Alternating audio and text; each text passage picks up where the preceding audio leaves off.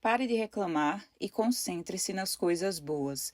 Um método simples e eficaz para se afastar da negatividade e adotar uma postura positiva. Capítulo 2. As reclamações e a saúde. De todas as profecias autorrealizáveis de nossa cultura, presumir que a velhice significa declínio e saúde precária é talvez a mais mortal. Marilyn Ferguson, A Conspiração Aquariana. Reclamamos pelo mesmo motivo por que fazemos qualquer coisa, por considerar vantajoso. Lembro-me claramente da noite em que descobri os benefícios da reclamação.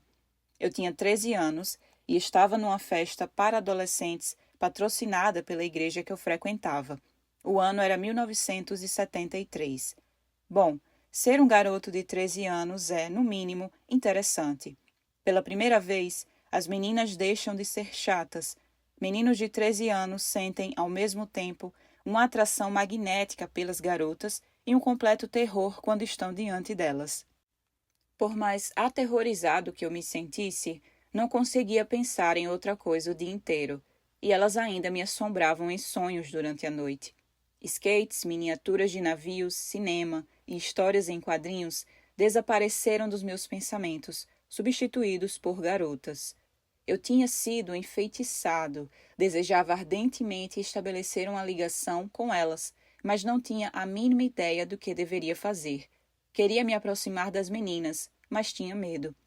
A noite da festa foi quente e úmida. As meninas estavam todas vestidas com saias rodadas, penteados altos, sapatos bicolores e batom vermelho vivo. O figurino dos rapazes consistia basicamente em calças jeans justas, dobradas na bainha, mocassins e o cabelo penteado para trás com brilhantina. A trilha sonora de Loucuras de Verão de George Lucas tocava sem parar, enquanto as meninas davam risadinhas num canto e eu e os meninos nos mantínhamos na outra ponta do salão, sentados em cadeiras metálicas de armar, tentando desesperadamente adotar um ar blasé. Estávamos em pânico diante da ideia de puxar assunto com as garotas, embora todas as moléculas de nosso DNA implorassem por isso. Imaginávamos que, se mantivéssemos a pose, talvez elas atravessassem o salão e viessem conversar conosco. E se isso não acontecesse, pelo menos elas pensariam que a gente não se importava. Meu melhor amigo na época era Chip, um rapaz alto, estudioso e excelente atleta. Dessas três qualidades, a única que eu possuía era a altura. Ao contrário do esbelto Chip, eu era bastante rechonchudo. Quando saía para fazer compras com minha mãe, sempre ia parar no subsolo da loja de departamentos Belk, onde ficava a seção dos robustos. Aquele era o único lugar onde eu encontrava roupas que cabiam em mim. As meninas sempre ficavam de olho no Chip, e doía saber que ele era mais atraente para elas do que eu. Porém, o mais irritante era o fato de Chip ficar ali com a gente, em vez de ir falar com elas. Sou tímido demais, justificou-se Chip. Não sei o que dizer. Você só precisa ir até lá e deixar que elas falem, retruquei. Você não pode passar a noite inteira sentado aqui. Mas você está sentado aqui, observou Chip, e você é o Sr. Tagarela. Vá lá e diga alguma coisa. Os dependentes químicos costumam lembrar a primeira vez que experimentaram sua droga favorita, aquela que provavelmente acabará com suas vidas se não conseguirem se livrar do vício antes. Com a frase que falei em seguida, me preparei para embarcar no vício de reclamar, que perduraria por mais de 30 anos. Olhei para Chip e disse: mesmo que eu fosse ali e conversasse com as meninas, nenhuma delas dançaria comigo. Sou gordo demais. Olhe para mim. Tenho 13 anos e já passei dos 100 quilos há muito tempo. Resfolego quando falo, suo quando caminho e provavelmente cairia no chão se tentasse dançar. Você está em grande forma. As garotas estão olhando para você. Os outros meninos balançaram a cabeça concordando. Sou apenas o cara engraçado com quem elas gostam de falar sobre os meninos por quem estão interessadas. Sou gordo demais. Elas não querem saber de mim. Nunca vão querer. Justamente nessa hora, outro bom amigo passou e me deu um tapinha nas costas. Olá, gordinho, exclamou. Normalmente, seu cumprimento não teria qualquer significado. Quase todo mundo me chamava de gordinho. Era um apelido. Estava acostumado com ele.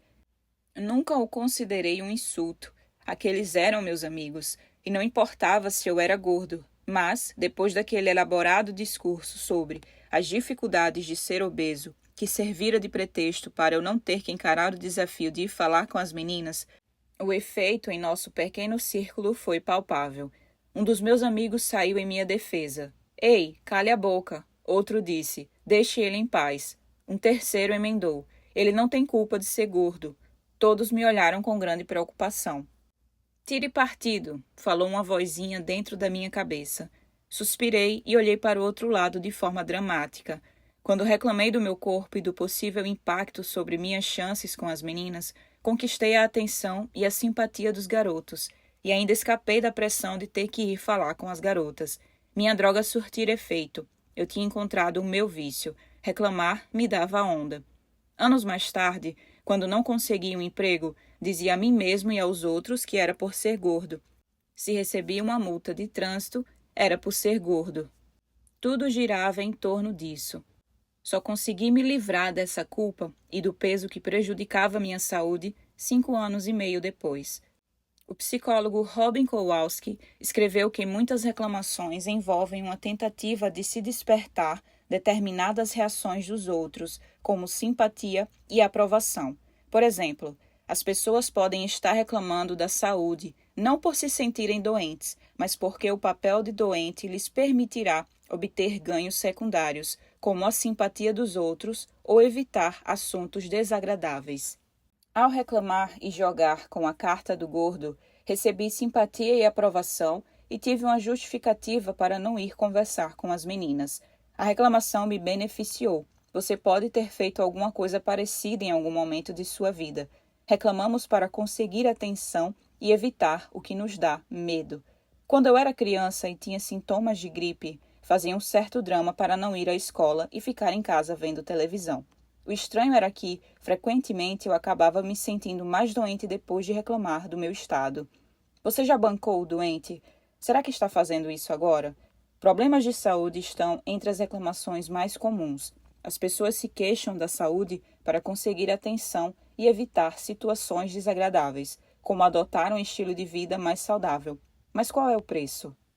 Você provavelmente já ouviu falar em doença psicossomática, causada por processos mentais do paciente e não por causas fisiológicas.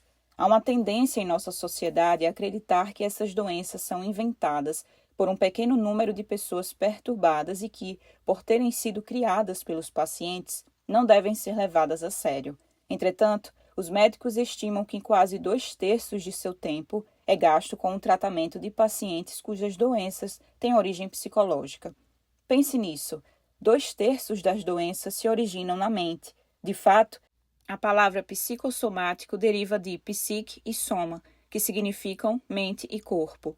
Há uma ligação entre corpo e mente. O que a mente acreditar, o corpo vai manifestar. Dúzias de pesquisas demonstram que nossos pensamentos sobre nossa saúde podem se transformar em realidade. Outro dia ouvi uma reportagem interessante na National Public Radio, em que médicos comentavam que, quando diziam a seus pacientes que um determinado remédio tinha grandes chances de curá-los, o efeito era mais potente do que quando simplesmente prescreviam um medicamento, sem fazer qualquer comentário encorajador. Uma pesquisa realizada com pacientes com Alzheimer indicava que eles não obtinham o benefício pleno dos medicamentos que tomavam para outras doenças, como pressão alta, porque, em função dos problemas de memória decorrentes do Alzheimer, não conseguiam se lembrar de ter ingerido a medicação diária. A mente exerce um efeito poderoso sobre o corpo. Meses atrás, fui ao hospital visitar uma senhora da nossa igreja. Antes de entrar no quarto dela, conversei com os médicos e as enfermeiras sobre o prognóstico da paciente. Ela está ótima, disse uma enfermeira. Teve um derrame, mas vai se recuperar completamente. Quando entrei no quarto, Jane parecia tudo menos ótima. Jane, chamei. Olá, sou eu, o reverendo Will. Reverendo Will, disse fracamente. Estou tão feliz com sua visita. Tenho poucos dias de vida. Estou morrendo. Você o quê? Perguntei. Estou morrendo, repetiu ela. Na mesma hora, uma enfermeira entrou para checar seus sinais vitais. Puxei-a para um canto e perguntei. Jane está realmente bem? Está, garantiu a enfermeira. mas ela acabou de me dizer que está à beira da morte. A enfermeira revirou os olhos, demonstrando exasperação, e se dirigiu até a cama. Jane, Jane. Jane abriu os olhos. Querida, você teve um derrame, não está morrendo. Vai ficar boa. Mais uns dias e poderá começar a fisioterapia. Logo, logo estará em casa com seu gato, Marty. Está bem? Tudo bem, disse Jane, sorridente. Jane esperou que a enfermeira deixasse o quarto para começar a me dar os detalhes do funeral que aconteceria dentro em pouco. Mas você não está morrendo, protestei. Quando isso acontecer, daqui a muito tempo, pode deixar que tomarei as devidas providências. Jane balançou a cabeça. Estou morrendo agora, insistiu, continuando a explicar em detalhes como queria que fosse o culto em sua memória. Na saída, fui conversar com a médica. Ela está convencida de que vai morrer, comentei. Olhe só, todos morreremos um dia, até a Jane. Mas o derrame que ela teve não irá matá-la. Ela vai ficar boa, garantiu a médica com um sorriso. 2 semanas mais tarde, eu presidi o funeral de Jane. Nem os médicos nem as enfermeiras conseguiram convencê-la de que não tinha uma doença fatal. Ela se convenceu de que estava morrendo e seu corpo acreditou nisso. Ao reclamar de sua saúde, você está fazendo declarações negativas que seu corpo escuta e registra. Sua mente e psique direciona sua energia em seu corpo, soma, atraindo mais problemas de saúde. Já reparou como as pessoas que não param de falar de doença invariavelmente encontram mais e mais razões para fazê-lo? Mas estou mesmo doente, você diz. Por favor, não estou duvidando que você acredite nisso. Apenas lembre que os médicos calculam que 67% das doenças resultam de pensar estar doente. Nossos pensamentos criam nosso mundo e nossas palavras revelam nossos pensamentos. Reclamar de uma doença não vai reduzir sua duração, muito menos amenizar sua gravidade. Convido você a analisar se a ladainha sobre suas doenças pode ser uma tentativa de obter simpatia e atenção. Talvez você não queira responder a esta pergunta, mas é importante pelo menos examiná-la. Ao reclamar da saúde, lembre-se de que pode estar tentando extinguir o incêndio com gasolina. Pode querer se sentir mais saudável, mas suas queixas vão enviar ondas de energia negativa para o seu corpo inteiro, dificultando sua cura. Em 1999, aos 39 anos, um bom amigo chamado Hal recebeu o diagnóstico de câncer de pulmão em estágio avançado, e os médicos estimaram que ele morreria em menos de 6 meses. Além desse terrível diagnóstico, Hal enfrentava outros desafios. Apesar de ter ganhado a vida vendendo seguros de saúde, ele mesmo não dispunha de um. As contas se acumulavam e ele travava uma luta constante para manter as luzes de casa acesas e a família alimentada. Quando descobri que Hal estava morrendo, fui visitá-lo e fiquei estarrecido com sua atitude positiva. Não reclamava, pelo contrário, dizia que tinha tido uma boa vida e considerava-se um afortunado. Apesar de todas as dificuldades, Hal manteve o senso de humor. Um dia convidei-o para dar uma volta, mas, como ele estava muito enfraquecido, nem chegamos a passar do portão. Ficamos na frente de sua casa, aproveitando o ar fresco e conversando. Hal observou vários urubus voando bem sobre as nossas cabeças e disse: "Xi, deve ser um mau sinal." Quando percebi o brilho travesso em seus olhos, nós dois caímos na gargalhada. Depois que paramos de rir, perguntei: "Como é que você consegue não reclamar diante de tudo que está passando?" Hal se apoiou na bengala e disse: "Muito fácil, não é o dia 15. Depois de dizer isso, Hal começou a caminhar lentamente de volta para casa. "O que o dia 15 tem a ver com isso?" perguntei. Quando recebi o diagnóstico, sabia que seria difícil e que eu poderia passar o resto do tempo que me restava amaldiçoando Deus, a ciência e tudo mais. Ou poderia me concentrar nas coisas boas da minha vida. Decidi escolher um dia no mês para reclamar. Por acaso, escolhi o dia 15. "E funciona?" eu quis saber. "Direitinho", respondeu Hal. "Mas quando chega o dia 15, você não fica arrasado?" "Não", disse ele, "porque até lá já esqueci minhas reclamações." Apesar de morarmos a 2 horas de distância, visitei Hal 2 vezes por semana, até ele morrer. As pessoas me diziam que fui um grande amigo e que mostrei muita consideração ao lhe devotar tanto tempo. A verdade é que fiz isso tudo por mim. Hal me ensinou que, Mesmo no meio de um desafio tão terrível quanto uma doença terminal, a felicidade é possível. Ah, e ele não morreu em 6 meses. Viveu mais de 2 anos, abençoando com sua presença aqueles que estavam à sua volta. Sinto sua falta, mas a marca positiva que ele deixou na minha vida é permanente. Ele superou em 4 vezes sua expectativa de vida. Esse é o poder regenerador da saúde criado por uma vida de gratidão, em vez de reclamação. A essa altura de nossa jornada, você começou a perceber suas reclamações, já se tornou consciente de sua incompetência e repara quando reclama.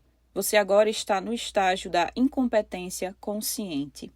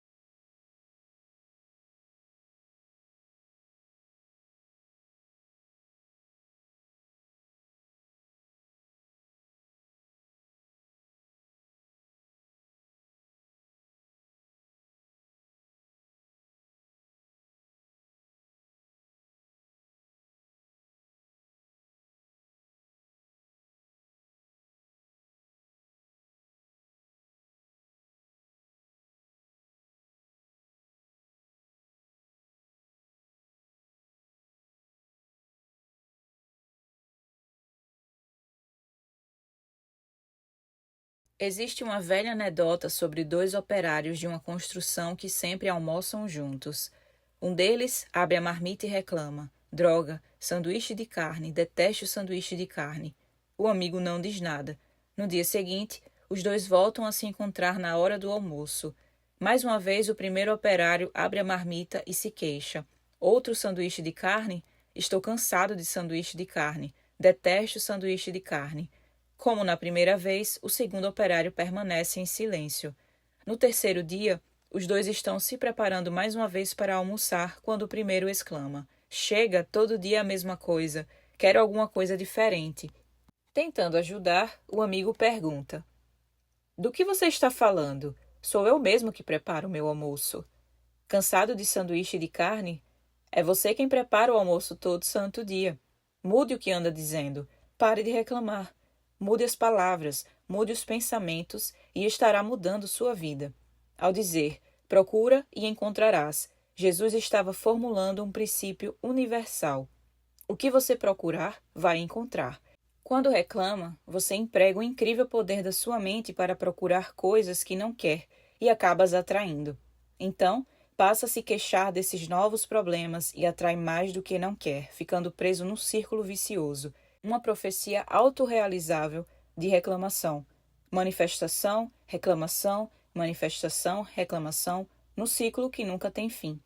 Em O Estrangeiro, Albert Camus escreveu: ao erguer o olhar para a escuridão do céu, salpicada de signos e estrelas, pela primeira vez abri meu coração para a benévola indiferença do universo. O universo não liga se você usar o poder dos pensamentos que impregnam suas palavras para atrair amor, saúde, felicidade, abundância e paz, ou para atrair dor, sofrimento, miséria, solidão e pobreza. Nossos pensamentos criam nosso mundo, e nossas palavras revelam o que pensamos.